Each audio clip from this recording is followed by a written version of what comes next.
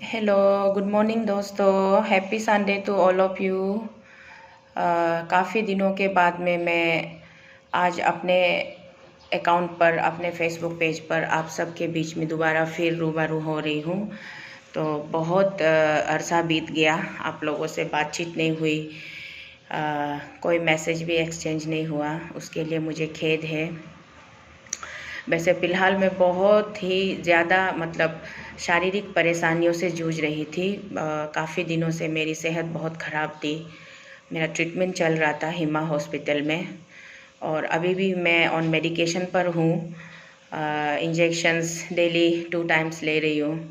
Just recently मैं दिल्ली से लौटी हूँ, तो खाने पीने में भी शायद इधर उधर हो गई, तो थोड़ा सा फूड पॉइजनिंग वगैरह, और उसके बाद टाइफॉइड फीवर, ये सब वायरल जो चल रहा है, तो मैं भी उसकी शिकार होके अभी घर पे बेड रेस्ट पे हूँ। लेकिन इस बीमारी के बावजूद भी आप सबके बीच में आज उपस्थित होने का एक अहम कारण है, और वो कारण ये है कि अभी बहुत ही हड़कंप मची हुई है सोशल मीडिया में। लोग तरह तरह की बातें कर रहे हैं, और मेरे जितने भी सारे well wishers, like minded friends हैं, सब मुझसे ओवर फोन ये पूछ रहे हैं कि क्या हुआ, आप कोई रिएक्शन नहीं दे रही हो, आपका रिएक्शन हम जानना चाहते हैं इस विषय में। आप बीइंग ए लेडी, एक औरत होने के नाते आपका अपना क्या सोच है, आप अपनी प्रतिक्रिया दीजिए। तो इतने सारे मैसेजेस और कॉल्स मेरे अपने सर्कल, मेरे फ्रेंड्स के तरफ से आने के बाद मुझे ये लगा कि वाकई में अपनी सोच को, मेरी जो अपनी ओपिनियन है, मेरी अपनी सोच है, वो मैं आप सबके साथ शेयर करूं। देखिए, अरुणाचल में दोस्तों काफ़ी अरसे से, काफ़ी सालों से मैं देख रही हूँ कितने सच्चे होते हैं और कितने झूठे होते हैं मुझे नहीं पता, लेकिन हर बार मैंने देखा है कि कोई ना कोई लेडीज़ आ जाती है पब्लिक डोमेन में और क्लेम करती है कि उसके साथ दुर्व्यवहार हुआ है, उसके साथ में फोर्सफुली, उसके कंसेंट के अगेंस्ट में जाके किसी ने उसके साथ में शारीरिक संबंध बनाया है, या यूँ कहें तो इन शॉर्ट टर्म वो लोग इंग्लिश में कह रहे कि चार वर्ड का एक, 4 अल्फ़ाबेट का एक वर्ड है, RAPE, रेप हुआ, ये हुआ, वो हुआ। कोई कहते हैं कि किसी ने मेरे साथ में मैरिज का प्रपोजल रखा, फिर मैरिज नहीं किया, या फिर कोई कहता है कि मेरे ऊपर ओवर पावर हो गए, या फिर कोई ये वो, बहुत सारे काफ़ी साल से हम देख रहे हैं, right from top level to the grass root level. आप सब ने भी देखा होगा, हमारे अभी के फ़िलहाल के मुख्यमंत्री श्रीमान पेमा खांडू जी, उसके ऊपर भी बहुत बड़ी एलिगेशंस लगी थी कि उन्होंने गैंग रेप किया था एक लेडी का। बट वो लेडी भी बहुत ही सेंसेशनल, उसने भी बहुत ही हड़कंप मचाया था सोशल मीडिया में, और यहाँ तक कि सुनने को आया कि वो सुप्रीम कोर्ट तक गई थी, लेकिन उसका FIR कहीं पर भी दर्ज नहीं हुआ। शायद बहुत कुछ टेक्निकल कारण हो सकते हैं, या फिर उसने FIR फाइल करने में बहुत समय लगा दी हो, या फिर कुछ भी हो, पता नहीं। बट CM के ऊपर में गैंग रेप का एलिगेशन था। उससे पहले पूर्व CM श्रीमान नाबम तुकी जी के ऊपर में एलिगेशन था। एक लेडी आई थी, वो भी सोशल मीडिया में चीख रही थी, चिल्ला रही थी कि मेरे साथ उसका फिजिकल रिलेशनशिप था और उसने मुझे शादी करने का वादा किया था, लेकिन शादी नहीं किया, अभी मैं बोरिया बिस्तर बांध कर उसके घर जा रही हूँ। तो उस लेडीज़ का भी एक वर्जन हमने सोशल मीडिया में देखा। फिर हमारे अभी के हाल फिलहाल के राज्यसभा के हमारे जो member of parliament, honourable member of parliament श्रीमान नाबम रेबिया जी के ऊपर भी फिर एक एलिगेशन आया रेप का। एक लेडी आई थी, उसने भी बोला कि उसके साथ रेप हुआ, ये हुआ, वो यहाँ तक कि वो तो नॉर्थ ईस्ट लेवल में वो गुवाहाटी तक चले गए थे, वहाँ से उसने प्रेस ब्रीफिंग किया था, मीडिया ब्रीफिंग किया था। उसके बाद फिर कुछ दिनों के बाद पता चला कि उसने अपना मुद्दा विड्रॉ कर लिया, वापस ले लिया, उसने अपना कंप्लेंट वापस ले लिया। उसके बाद में फिर लेटेस्ट जस्ट आफ्टर इलेक्शन, फिर हमारा जो बामेंग कंस्टिट्यूंसी का ऑनरेबल MLA है श्रीमान गुरुक परदुंग जी, उसके ऊपर भी एक रेप का एलिगेशन आया। उसके बाद में पता नहीं, वो भी मुद्दा सोशल मीडिया में बहुत गर्म हो रही थी, वायरल हो रही थी। तो वो अब कहाँ में है, किस स्थिति में है, मुझे नहीं पता। फिर भी जितना मैंने थ्रू सोशल मीडिया के जरिए जो भी कुछ मैंने देखा है, सुना है, उसी का मैं रेफरेंस ले रही हूँ। और उसके बाद में अभी हाल फिलहाल में ये जो चल रही है, ऑनरेबल एमएलए कोलोरियांग लोकम तासर जी के ऊपर में एक रेप का एलिगेशन था। काफ़ी दिनों से मैं बेड रेस्ट पर थी, मेडिकेशन पे थी, तो मेडिसिन का असर था, ज़्यादा ध्यान से नहीं देख पाए, आंखें भी नहीं खोल पा रही थी। तो मैंने सोचा कि पता नहीं क्या कुछ हो गया होगा, या फिर किसी ने फेक न्यूज़ सर्कुलेट किया होगा व्हाट्सएप ग्रुप में, वो इतना रिलायबल नहीं है, ऑथेंटिक नहीं है। तो मैं बस ऐसे चुपचाप देख रही थी। फिर एक दिन 2 दिन 3 दिन के बाद में फिर कम्प्लीटली आप लोगों का जो मीडिया हाउस का अपना पेज होता है वहाँ पे फिर पब्लिश हुआ, फिर अरुणाचल टाइम्स पे पब्लिश हुआ। उसके बाद में जा कर के क्योगी वेलफेयर सोसाइटी ने एक प्रेस ब्रीफिंग किया। उसके बाद में आज लेटेस्ट, आज के रविवार के सुबह, आज के मॉर्निंग मैंने उस लेडीज़ का स्टेटमेंट देखा।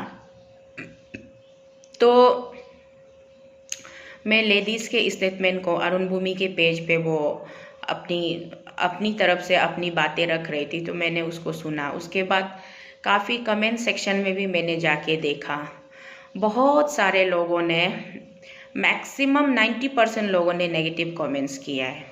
उसमें से जुम्मा 10 या 15% लोग होंगे जो माइल्ड बात कर रहे हैं, और 5% लोग हैं जो कि उस औरत के सपोर्ट में बात कर रहे हैं।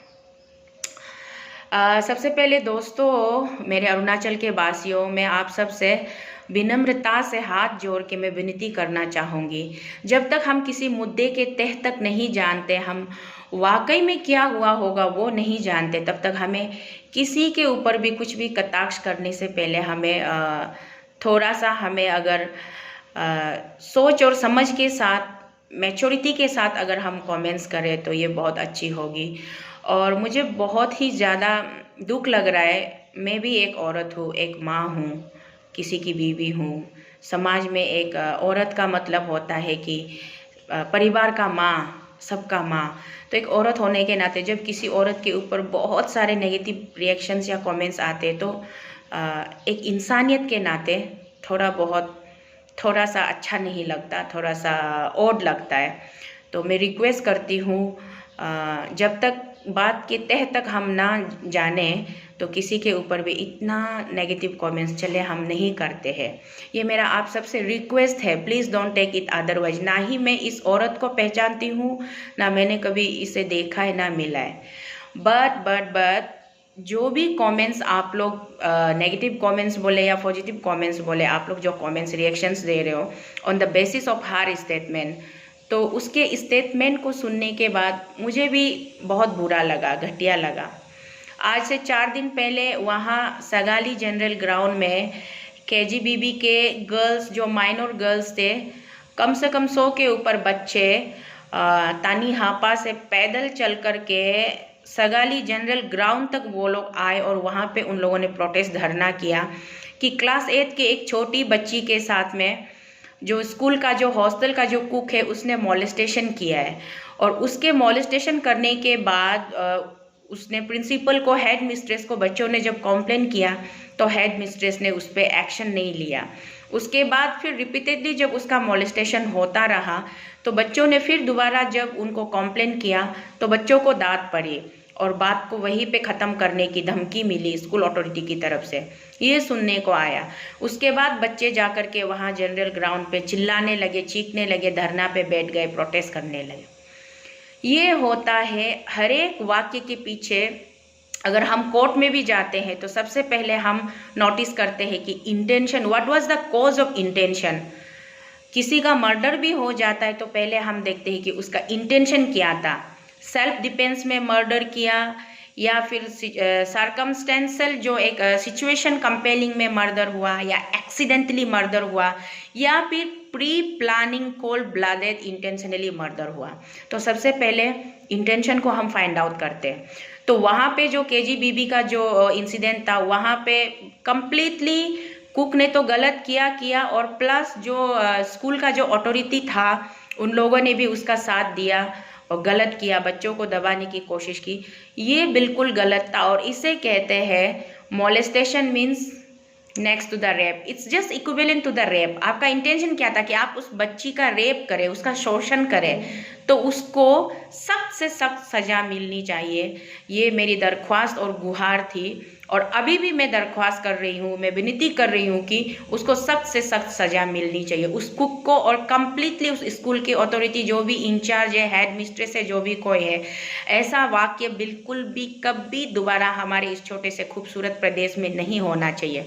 हम बाकी के राज्य के तुलना में हमारी जो प्रदेश है बहुत ही छोटी सी प्रदेश है, और बहुत ही खूबसूरत सा शांति प्रेम अमन प्रेम वाला प्रदेश है। हमारे प्रदेश में अभी भी हम लोग बहुत ही, अभी भी हम कहते हैं ना, अंकुरित अनाज को जब हम मिट्टी में बोते हैं तो वो जब फूट कर निकल के आते, उससे छोटा सा पौधा थोड़ा सा निकल के आता है, उसको कहते हैं अंकुरित। हम पूरे इंडिया के तुलना में हमारा राज्य जो है एक अंकुरित प्रदेश है। अभी हमने सिर्फ आंखें खोला है, हमने बहुत कुछ सीखना बाकी है, बहुत कुछ अचीव करना बाकी है। हमारे पास में क्या है, हमारे गिरेबान में जाग के देखिए ना, हमारे पास में एक अभी का जो अल्ट्रा मॉडर्न जो लाइफ स्टाइल है ना, उसकी एम्यूनिटीज है ना, इंफ्रास्ट्रक्चर्स है ना, डेवलप हुए हैं। Not only in the assets of the state, हमारे पास एजुकेशन की भी डेवलपमेंट की कमी है, उसके बाद एसेट्स की तो है ही है, और इतने सारे दिक्कतों से जूझ कर हम दिन रात, मतलब मॉर्निंग टू इवनिंग हम इतना मेहनत इसलिए करते हैं कि हम कम से कम अपने आप को 2 वक्त की रोटी फीड कर सके, 2 टाइम्स का जो मील है वो हम अफोर्ड कर सके। उसके लिए हम इतना तकलीफ करके हम जी रहे हैं, हम सारे अरुणाचली वासी। और अभी इतना हम लोग मैच्योर नहीं हुआ है कि यहाँ पे वो फॉरेन वाला लाइफ स्टाइल हम लोग यहाँ पे इम्प्लाई करें। तो लाइकवाइज वहाँ पे बच्चे के साथ जो जबरदस्ती हुआ है उसकी मैं कड़ी शब्दों में निंदा करती हूँ, मैं कंडेम करती हूँ कि उसको सख्त से सख्त एक एग्जाम्पलरी पनिशमेंट मिलना चाहिए। तो वो हो गई बच्चे के साथ जो मोलेस्टेशन वाला इशू। अब यहाँ पे इस इंस्टेंट केस में जो ऑनरेबल एमएलए कोलोरियंग का जो श्रीमान लोकम तासर जी के ऊपर में जो एलिगेशंस लगा है, और आज सुबह में इस लेडी की स्टेटमेंट को सुबह से बारीकी से मैं सुन रही थी, तो मुझे बहुत बद्दा इसलिए लगा। पहले तो मुझे वाकई में लगा था कि कोकाई तासर का कोई भरोसा नहीं है, पावरफुल है, इन्फ्लुएंशियल है, अभी पावर में है, रूलिंग पार्टी का ऑनरेबल एमएलए है, तो वो कुछ भी कर सकता है, किसी को डरा कर धमका कर फोर्सफुली उसके साथ में मुंह में कपड़ा ठूस कर या हाथ पैर बांध कर या कान आँख नाक में पट्टी बांध कर, कुछ भी रिवॉल्वर दिखाकर या तलवार दिखाकर, चाकू, व्हाट एवर, कुछ भी हो के किसी भी लेडीज के साथ उसने शायद किया भी होगा, सत्ता के नशे में चूर होकर, ओवर पावर होकर किया भी होगा। ये मैं सोच रही थी, एक कॉमन मैन मेरे जैसा हर कोई वही सोचेगा। लेकिन आज सुबह जब इस लेडीज़ की, इस देवी की मैंने जो स्टेटमेंट सुनी, तो मुझे बहुत ज़्यादा दुख लगा कि ये खुद ही बता रहे, खास करके अरुण भूमि, आप अरुणाचल के सबसे प्रसिद्ध आप एक मीडिया हाउस हो और सब चाहते हैं बहुत ही लोकप्रिय मीडिया हो। मेरे भाई एडिटर इन चीफ, मेरे छोटे भाई, मेरा प्यारा भाई सोनिया, आते हो दीदी हूँ, आपसे रिक्वेस्ट, इस तरह के स्टेटमेंट्स को आप अगर ऑन एयर नहीं करने से ठीक था, क्योंकि इसमें हम सब नारी जाति के लिए बहुत शर्मनाक वाक्य सुनने को मिला है। अगर हो सके तो कृपया आप इस वीडियो को अगर आप हटा दें तो ज़्यादा अच्छा रहेगा, ये मैं आपसे रिक्वेस्ट करती हूँ भाई। दूसरा ये कि उस लेडीज़ का जो स्टेटमेंट था वो खुद ही बोल रही है कि ऑनरेबल एमएलए ने, जब वो अपने हस्बैंड के साथ उसके घर गई थी तो ऑनरेबल एमएलए ने उनसे उनका नंबर मांगा। उसके बाद में 2-4 दिन के बाद में उसने उसको फ़ोन किया, और फ़ोन करने के बाद में उसने उससे बात किया और उससे डिमांड की कि तू मेरे लिए एक खूबसूरत सा लड़की का अरेंज कर और मैं तुझे कमीशन दूंगा 50,000 और उस लड़की को भी 50,000 दूंगा। मतलब डीलिंग जो हुआ था 1 लाख के लिए। तो वो लेडी भी उसमें मान गई, और वो यहाँ तक बोल रही कि पूरे 2 महीने तक उन दोनों के बीच में ये बातचीत हो रही थी। उसके बाद फाइनली वो 1 डे जा कर के दूसरे किसी लेडी को लेकर के होटल टोदो में ऑनरेबल एमएलए के पास वो पहुंचती है, और ऑनरेबल एमएलए उसको सबसे पहले अप्रोच करता है कि चलो उस लेडी को छोड़ो, चलो हम दोनों ही कर लेते हैं। उसमें उस लेडीज को समझ जाना चाहिए ताकि इस बंदे का इंटेंशन क्या है, नंबर 1।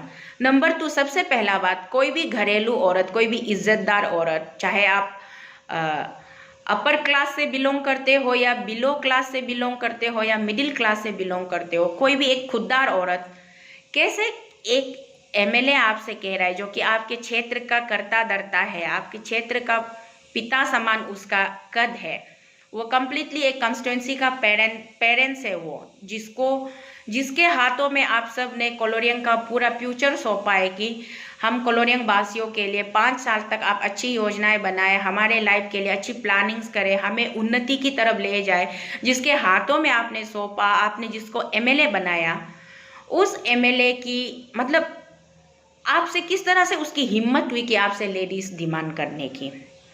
क्या आप लेडीज बाय प्रोफेशन आप लेडीज सप्लायर हो? ये इंट्रोडक्शन आपने दिया था कि आपने फर्स्ट मीटिंग में?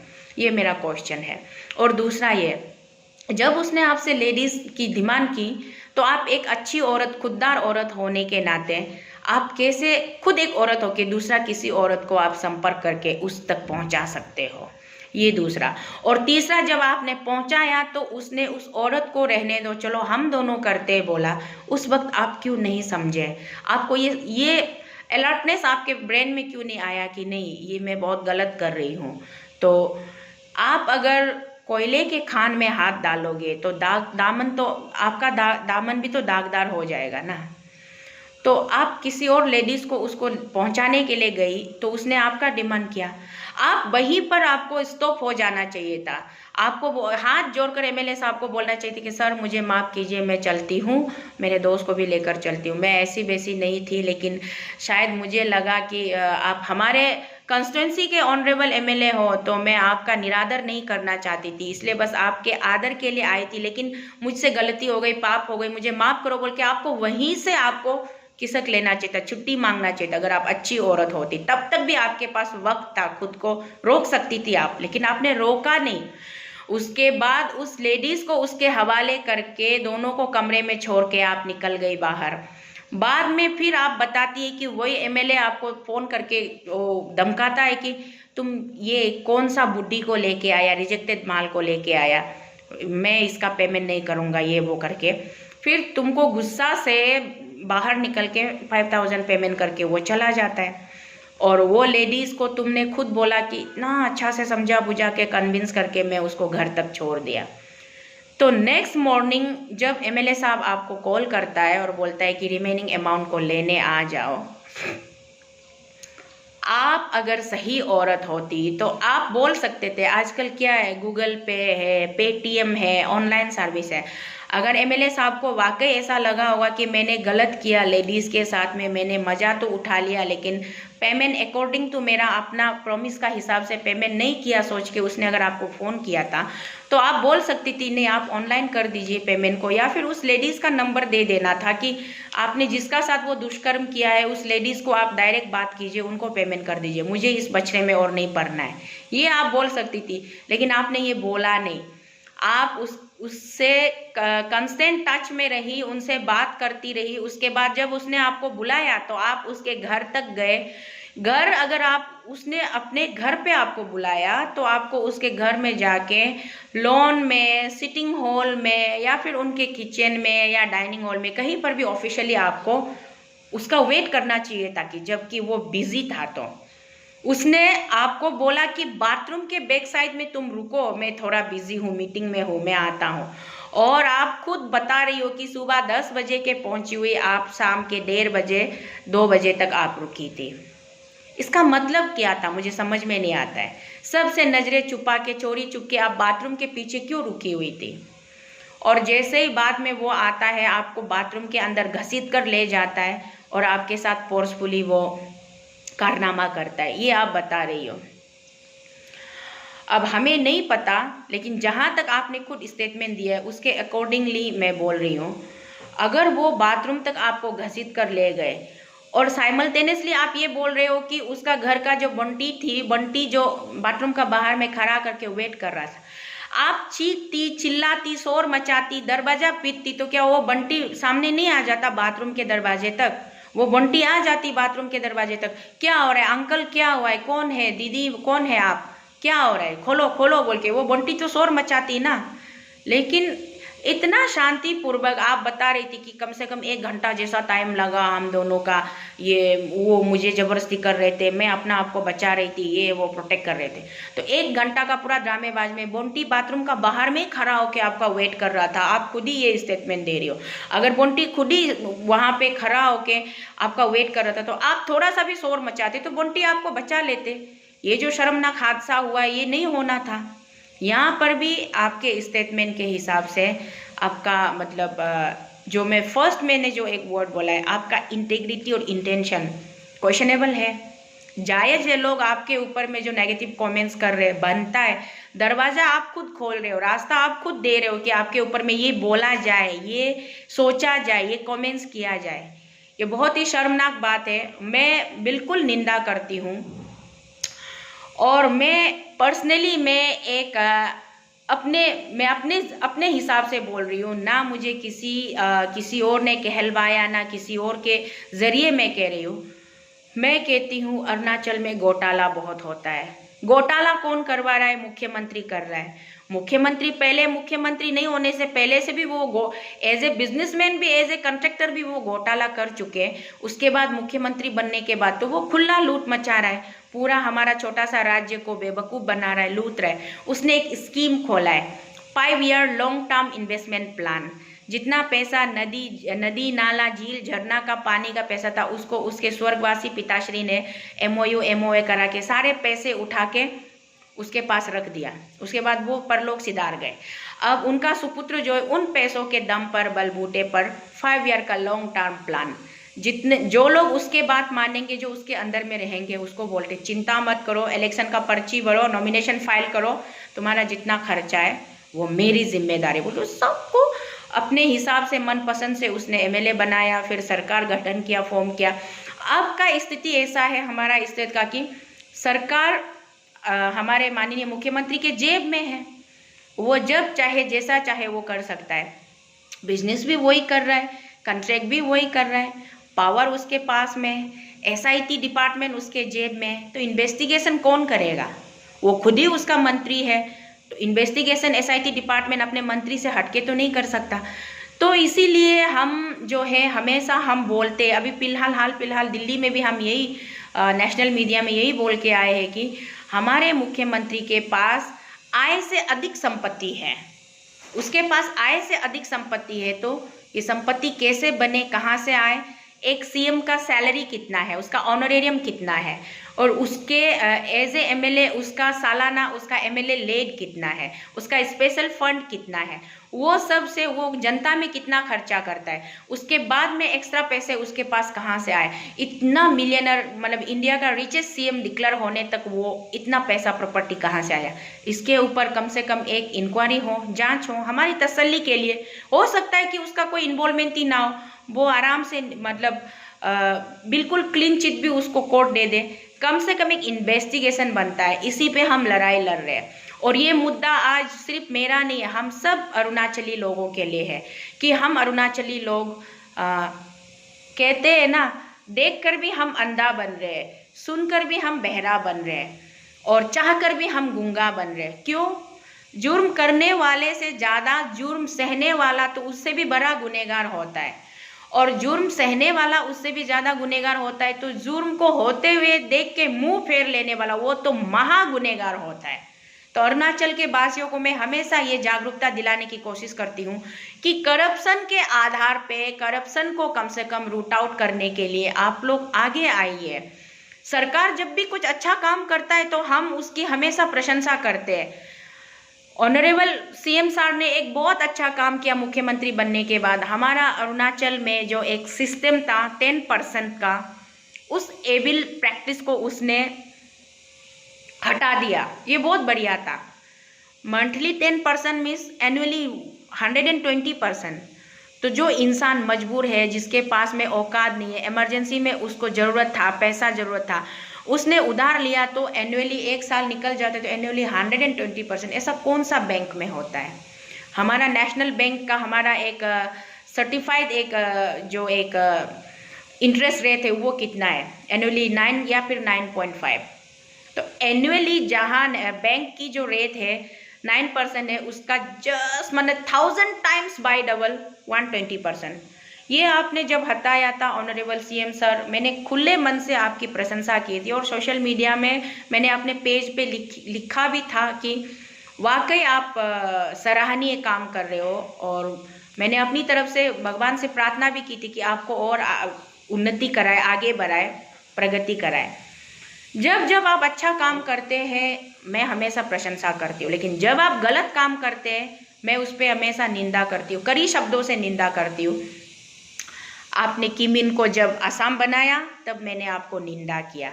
आज आपके ऊपर में मैं इतना एलिगेशंस में लगा रही हूँ कि आप करप्टेड हो, करप्टेड मेंटेलिटी हो, आपने करप्शन किया है, हमारे राज्य के पैसों का गबन किया है, तो आपके अगेंस्ट में इंक्वायरी हो, एक मतलब फ्री एंड फेयर इंक्वायरी हो। ये राज्य सरकार और मुख्यमंत्री के ऊपर में है। और दूसरा कोकाई लोकम तासर, आप जब चीफ वॉलंटियर बन के सड़क पर घूम रहे थे, दादागिरी मार रहे थे, दुकान खोलो, ये करो वो करो, किसका हिम्मत है मेरा पास आओ बोल रहे थे, मुझे आपकी वो हरकतें देख करके बहुत शर्मनाक लग रही थी, शर्मनाक। इतना गंदा लग रहा था कि एक ऑनरेबल एमएलए हमारा अरुणाचल का सीनियर सिटीजन ऊपर से, और एक मेजर ट्राइब निसी ट्राइब से बिलोंग करता है, एक माइटी ट्राइब से, जिसको राजपूत जैसा जीना चाहिए, एक मेच्योरिटी का साथ में, प्लस आप एजुकेटेड भी हो, ऐसा नहीं है कि आप अनएजुकेटेड भी नहीं हो। भले आप चाइना बॉर्डर कंस्टिट्यूंसी से आए हो, लेकिन आप वेल एजुकेटेड हो और वेल बर्स पर्सन हो, तो आपको एक मेच्योरिटी का साथ में आपको अपना भाई बहन अन्या ने वो प्रोटेस्ट किया, बंद खोल दिया। तो अन्या क्या है, ऑल निसी यूथ एसोसिएशन, अन्या को गाइड करना, आप बीइंग ए निसी एल्डर ब्रदर, अन्या को गाइड करना, समझाना, या फिर अन्या का ग्रीवेंसेस को सुनना, या स्टेट का वेलफेयर के लिए जब कोई इशू उतारा है तो आप अगर उसका सपोर्ट नहीं कर सकते तो at least you should not have to be oppose also. आपने इतना वो इरिटेटिंग वाला दादागिरी एक्टिंग की हरकत किया, उससे मुझे आपसे बहुत ज़्यादा चिढ़ है।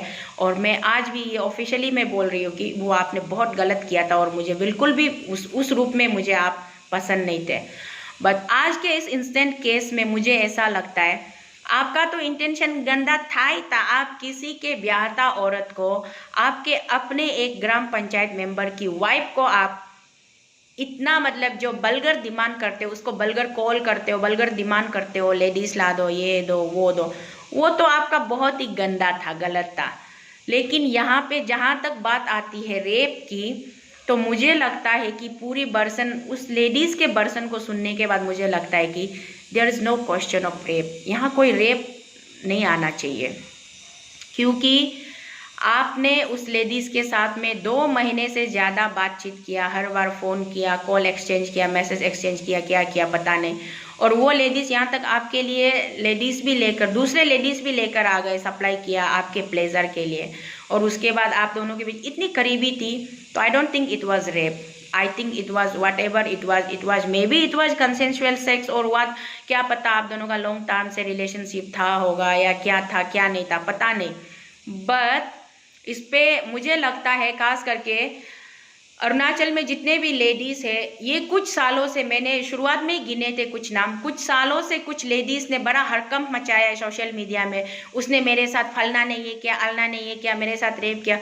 अब इन जुम्मा 4-5 लेडीज़ के चक्कर में वाकई में मतलब रियलिटी में किसी के साथ अगर कल को ऐसा इंसिडेंट होता भी है, रेप होता भी है, तो कोई भी बहुत जल्दी लेडीज़ पे भरोसा नहीं करेगा, औरत पे भरोसा नहीं करेगा। ये बहुत गलत बात है। और वाकई में किसी का साथ में फोर्सफुली रेप होता है, ये होता है, तो वो हम लोग लेडीज़ लोग पूरा सड़क पे निकल के जाना चाहिए। मैंने स्टेट वुमेन कमीशन के चेयरपर्सन का भी स्टेटमेंट सुना है, वो भी कह रही थी कि बेटियों के साथ, हम नारियों के साथ, औरतों के साथ जब भी कोई डोमेस्टिक वायलेंस या फिर इस तरह के रेप वगैरह जो भी कुछ होता है, तो हम being a state women commission, हमारा फ़र्ज बनता है कि हम उसके लिए हम अपनी मुहिम रखें और हम आवाज़ उठाएं, उसको प्रोटेक्शन दें। लेकिन ये जो अभी का जो इंस्टेंट केस है, इसमें मुझे रेप मुझे दिखाई नहीं देता है, जहाँ तक मुझे लगता है। अगर आप कल को आपने एफआईआर फाइल किया है, कल को आपका केस अगर कोर्ट पे जाएगा, ट्रायल पे भी जाएगा, तो ट्रायल में भी आपका मुझे लगता है जज भी यही फाइंडिंग्स ढूंढेंगे कि क्या इंटेंशन से रेप हुआ था, रेप कैसे हुआ था, मतलब किस प्रकार से हुआ है, रेप वर्ड कहाँ पे बैठता है, आईपीसी 376 कहाँ पे बैठता है। आईपीसी 376 में ABCD तक है। माइनर के साथ जबरदस्ती, अंडर एज के साथ जबरदस्ती करना वो रेप होता है। उसके बाद में किसी को झूठा झांसा देना कि मैं तुमसे प्यार करता हूँ, तुमसे शादी करूँगा बोल के उससे कंसेंट ऑब्टेन करके उसके साथ सेक्स करना, उसके बाद फिर बाद में उसको धोखा देना, वो रेप होता है। किसी को अंडर प्रेशर में, ड्यूरेस में रख करके उसको प्रेशराइज करना, धमका के, उसको डरा के उसके साथ में जबरदस्ती करना, वो रेप होता है। किसी को किसी के काम के सिलसिले में, एवज में कि मैं तुम्हें इतना काम दूंगा और तुम मेरे अंदर में एम्प्लॉय हो या फिर जो भी हो, तुम अगर मेरा बात नहीं मानोगे तुम्हारा ये नुकसान होगा, वो नुकसान होगा, मजबूरी में किसी का साथ में शोषण करना, वो रेप होता है। उसके अलावा किसी से फ़ोन में बात करके जगह पे फिक्स करके बुलाना, उसके बाद में साथ में टाइम स्पेंड करना, वो रेप नहीं होता है। तो I don't find there is any kind of ingredients of the rape in this instant case. This is my official statement. और I am not supporting at all कोकाई लोकम तासर। उसके जगह में कोई और भी होता तो मैं इस लेडीज़ के वर्सन को सुनने के बाद मैं इसी नतीजे पर पहुंचती कि यहाँ पे रेप का कोई मतलब सवाल ही नहीं है। और इसके साथ साथ मैं सारे अरुणाचल के लेडीज से भी यही रिक्वेस्ट करना चाहूँगी कि आप लोग शादीशुदा हो, पति वाले हो, बच्चे वाले हो, घर परिवार वाले हो, तो कम से कम इस संसार में पति परमेश्वर होता है, पति भगवान होता है। अपने पति का रिस्पेक्ट कीजिए, इज्जत कीजिए। चाहे आपके पति के जितने भी वाइफ्स क्यों ना हो, 3, 4, 5 वाइफ्स, 10, 15 वाइफ्स क्यों ना हो, आपका परम धर्म बनता है कि आप अपने पति की रिस्पेक्ट करें, परिवार की रिस्पेक्ट करें। उसके बाद में अगर आपका पति कमाने लायक है तो लेट हिम अर्न यार ladies, why you are running out of your home. आप घर से बाहर क्यों जाते हो? आप घर से बाहर मत जाइए, अपने जलवे मत बिखरिए, घर में एक माँ बनकर, बीवी बनकर घर में आराम से रहिए। उस मर्द की जिम्मेदारी है जिसने आपसे शादी की है, उसके ऊपर में बनता है कि वो आपका पालन पोषण करे, आपका देखभाल करे, उनसे और आपसे मिलकर जो बच्चे पैदा होते उनका देखभाल करे। ये उस मर्द की जिम्मेदारी होती है। तो मर्द को काम करने दीजिए ना। आप लोग ओवर स्मार्ट बन के पति को घर में रख के, लेडीज लोग घर से बाहर निकलता है, कुछ ना कुछ कांड करता है, उसके बाद समाज में इतना हड़कंप मचाता है, हमें बड़ी शर्मिंदगी होती है। तो मैं हाथ जोड़कर विनती करती हूँ हमारे अरुणाचल के लेडीज को कि और हमें शर्मिंदा मत कीजिए, आप लोग दोबारा और शर्मिंदा मत कीजिए। मैं बिल्कुल भी किसी भी सरकार या किसी में कोई पार्टी से भी नहीं हूँ। मैं एक आम जनता हूँ, आम नागरिक हूँ, और मैं एक समाज सुधारक के हिसाब से मैं यहाँ पर बात कर रही हूँ। लोग कहते हैं ना कि जब कभी भी मौका मिला सरकार के अगेंस्ट बोलती है। मुझे लोग सोचते हैं कि मैं कांग्रेस पार्टी से हूँ, यहाँ से वहाँ से, ऐसा कुछ नहीं है। कांग्रेस के समय में कांग्रेस ने जब बहुत गलत किया था उस समय भी मैं चीखी थी, चिल्लाई थी। IG पार्क टेनिस कोर्ट में जाके रैली किया था, वहाँ पे भी मैंने 2-2, 3-3 घंटा चिल्ला कर गला सूखने तक मैंने बोला था। राजभवन तक भी मैं यहाँ से RK मिशन से हम लोगों ने रैली करके राजभवन तक भी हमने पदयात्रा किया था, वहाँ पर भी मैं चिल्ला कर। उस समय किसका सरकार था? कांग्रेस का सरकार था। तो कांग्रेस के सरकार में कौन थे? आज के मुख्यमंत्री ये लोग ही तो थे। कांग्रेस में भी सिर्फ कपड़ा बदला है, पार्टी बदला है, इंसान नहीं बदला है, उसका फितरत नहीं बदला है। तो कांग्रेस का जब सरकार था तब भी मैं चिल्लाती थी, अरुणाचल के हित के लिए मैं बात करती थी। आज भी मैं बात करती हूँ। आज बीजेपी का सरकार है, आज भी मैं बात, सरकार गलत करता है तो गलत है, मैं निंदा करने में कभी मैं हिचकिचाऊंगी नहीं। और जब सरकार कुछ अच्छा काम करता है तो उसकी सराहना करने में भी, प्रशंसा करने में भी मैं कभी हिचकिचाऊंगी नहीं। लोग सोचते हैं कि इसको मौका मिल गया तो अब ये इशू बना देंगे, ये वो सरकार के अगेंस्ट में और ऐसा इतना चीप मेंटलिटी मेरा नहीं है। आज का डेट में भी मेरा जेन्युइन डिमांड है अरुणाचल के वासियों, जब भी कोई गलत करता है तो गलत को गलत ही बोलना चाहिए और सही को सही बोलना चाहिए। आप लोग ये जो अभी का इंस्टेंट, जो ये पूरा स्टोरी सुन के ना मुझे वो एक हिंदी बॉलीवुड मूवी है ऐतराज, वो याद आ गया। वहाँ पे प्रियंका चोपड़ा जो अक्षय कुमार को वो खुद उसको प्रोवोक करती है, उकसाती कि उसके साथ में वो मतलब फिजिकल होना चाहती है। बाद में अक्षय ने जब मना कर दिया तो उसने उसके ऊपर में रेप और मोलेस्टेशन का, सेक्सुअल हैरासमेंट का केस कोर्ट में फाइल कर दिया। बाद में जाके उसकी जो अक्षय कुमार की जो वाइफ थी, करीना कपूर वाइफ के रोल में जो थी, वो आकर के बोलती है कि हर बार मर्द गलत नहीं होता, कभी कभी औरत भी गलत होता है। तो वो एक मूवी थी, फिक्शन थी, लेकिन समाज को ये मैसेज देने के लिए था कि हमेशा मर्द गलत नहीं होता है। हमारे समाज में खास करके क्या होता है, जब भी कोई औरत रो के चिल्ला के चीख के कुछ भी बोलेगी तो हम बहुत जल्दी औरत की बातों में आ जाते हैं, मर्द को गलत ठहराते हैं। यहाँ पे इस स्टोरी पे कम्प्लीटली ये मर्द तो गलत है ही है और औरत भी कोई दूध का धुला हुआ नहीं है, गंगा नहीं नहाया है।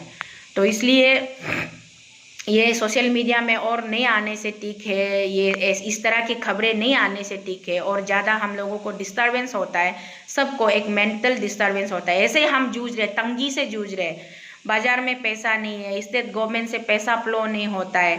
कितने एम्प्लॉयज़ है, कितने ऐसे के टीचर्स थे, चिल्ला रहे थे, भूखे नंगे प्यासे चिल्ला, बच्चे स्टाइपेंड के लिए चिल्ला रहे थे, स्कॉलरशिप के लिए, फीस के लिए चिल्ला रहे थे। कितने एम्प्लॉयज़ है, लेबर्स है जिसको वेजेस नहीं मिल रहे। इतनी सारी दिक्कतें हैं, इतने सारे समस्या हमारे स्टेट में है। और यहाँ पे लूटने वाला खुलेआम लूट रहा है। सफ़ेद चोर, कागज में बस पूरा पिक्चर बना दो, मैप ड्राइंग कर दो, साइन कर दो, हो गया। इन रियलिटी कुछ नहीं होता है। तो ये सारे चीज़ें हो रही है। इस बीच में चल के ये सब बेकार सी जो एकदम समाज को गंदगी फैलाने वाली, एक फ्लैग की तरह, एक फ्लू की तरह गंदगी फैलाने वाली ऐसी चीज़ों में हमारे समाज के लोगों को व्यस्त ना रखते हुए हम इस बात पे कंसंट्रेट करें कि कौन हमारा हक का पैसा खा रहा है, कौन हमारा हक को लूट रहा है। हमने बनाया, हमने वोटिंग किया, तब जाके सरकार बनी। उसके बाद सरकार बनने के बाद हमारे ऊपर एक प्रकार से सोचा जाए तो ये सोचते हैं कि हमने तो खरीद लिया। अब खरीदा हुआ चीज़ों को, जैसे कि मैं अपने घर में एक प्रेशर कुकर खरीद के लेके आए, उस कुकर के साथ मुझे क्या करना है, उसको तोड़ दूँ, फेंक दूँ या प्यार से उसको रखूँ, उसका मैं एब्सोल्यूट ऑनर बन जाती हूँ। तो हमने खरीद लिया तो वो मेरी मर्जी होती है। तो उसी तरीके की मानसिकता इसने अभी डेवलप करके रखा है ऑनरेबल प्रेजेंट चीफ मिनिस्टर ने, कि इसने सबको खरीद दिया इलेक्शन टाइम में। क्योंकि वोटिंग के दौरान हमारे पब्लिक, हमारे जनता, वैसे भी हम लोग स्टारवेशन में जी रहे, भूखे हैं, प्यासे हैं, गांव में रहते, अंडर डेवलप एरिया में रहते हैं, हमारे पास ढंग का पक्का मकान नहीं है, चलने के लिए टू व्हीलर नहीं है, बच्चे को पढ़ाने के लिए, कॉलेज एडमिशन के लिए पैसे नहीं है।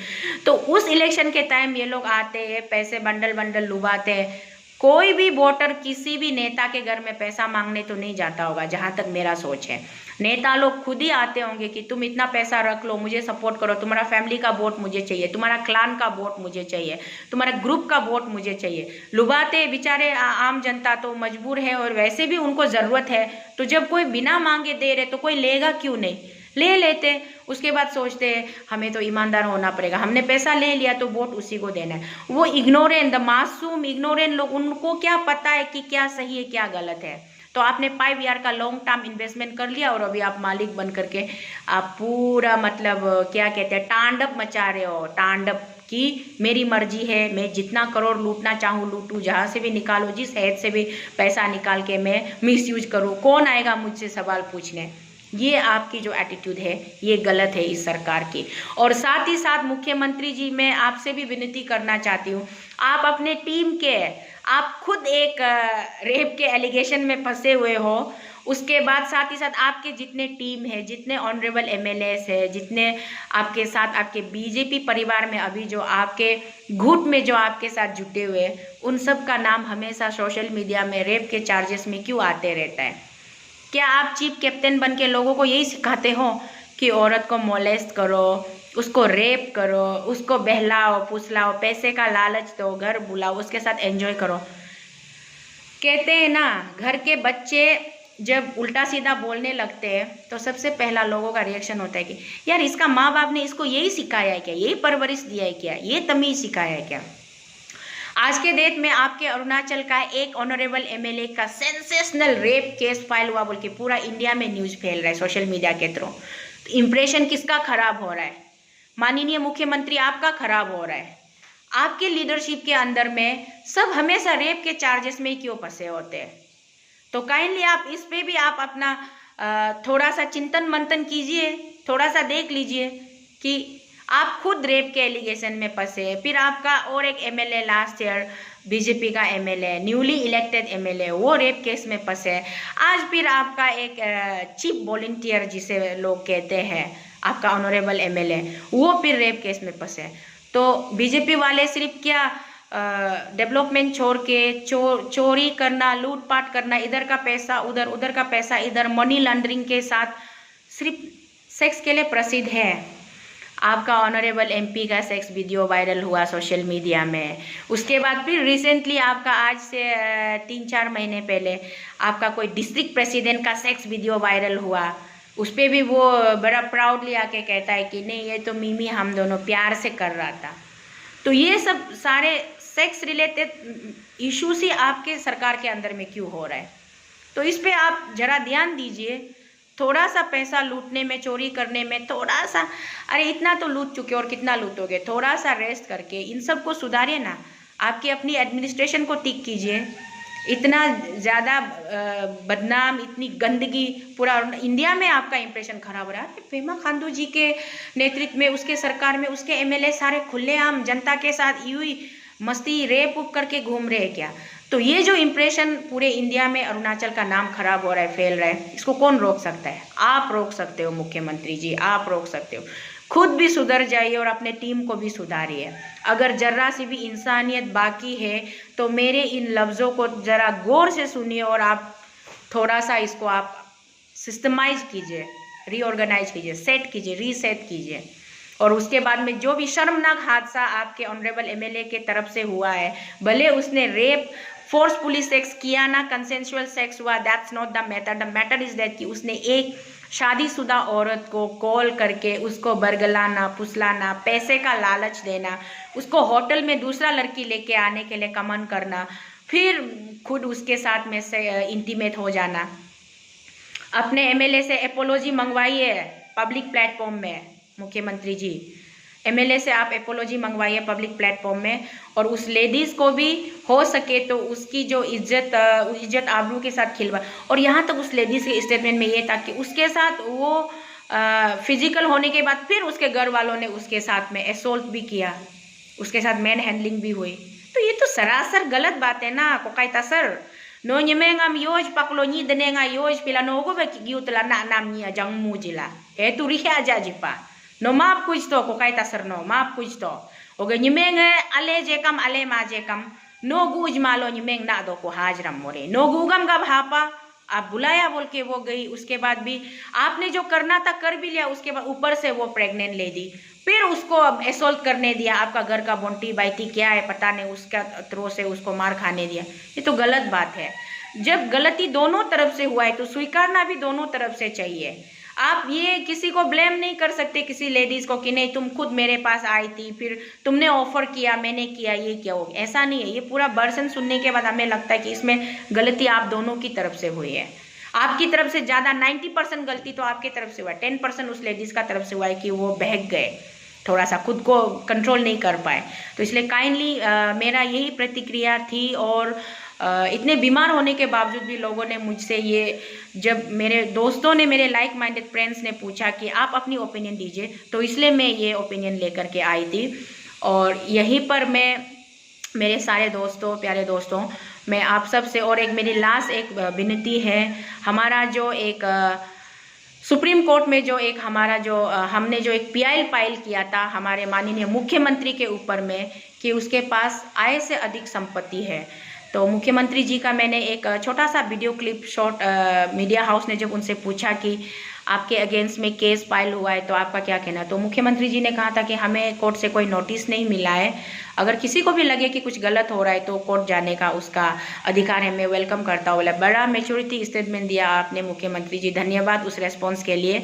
उसके साथ साथ मैं आपको ये बताते चलूँ कि आपको नोटिस इसलिए अभी तक नहीं मिला कि हमारा केस को हियरिंग पे आने नहीं दिया, केस एडमिट करके रखा हुआ है। आपके अगेंस्ट में जो पुराना 10 साल 11 साल पुराना जो एक केस है, एक जिसे कहते हैं स्पेशल लीव पिटीशन SLP, उसके साथ हमारा जो डिस्प्रोपोर्शनेट एसेट का जो केस है उसको टैग करके रखा हुआ है, और उसको पूरा 1 साल चार्ट में 100 कोज लिस्ट में आता है, फिर गायब करवा देता है, गायब करवा देता है। वो गायब कैसे होता है? आपके पैसे के पावर से होता होगा, आपके मॉनेटरी पावर से होता होगा, आप मैनेज करते होंगे, तो गायब इसलिए मजबूरन मुझे मीडिया में आना पड़ा और पूरे भारत के बीच में मुझे ये संदेश, मैंने सबको ये बताना पड़ा कि एक देश का जो हमारे महान देश का जो एक उच्चतम सर्वोच्चतम न्यायालय जिसे कहते हैं ना, सर्वश्रेष्ठ सुप्रीम कोर्ट में भी कैसे मैनेजमेंट होता है डेट्स को हेरा फेरी करने में।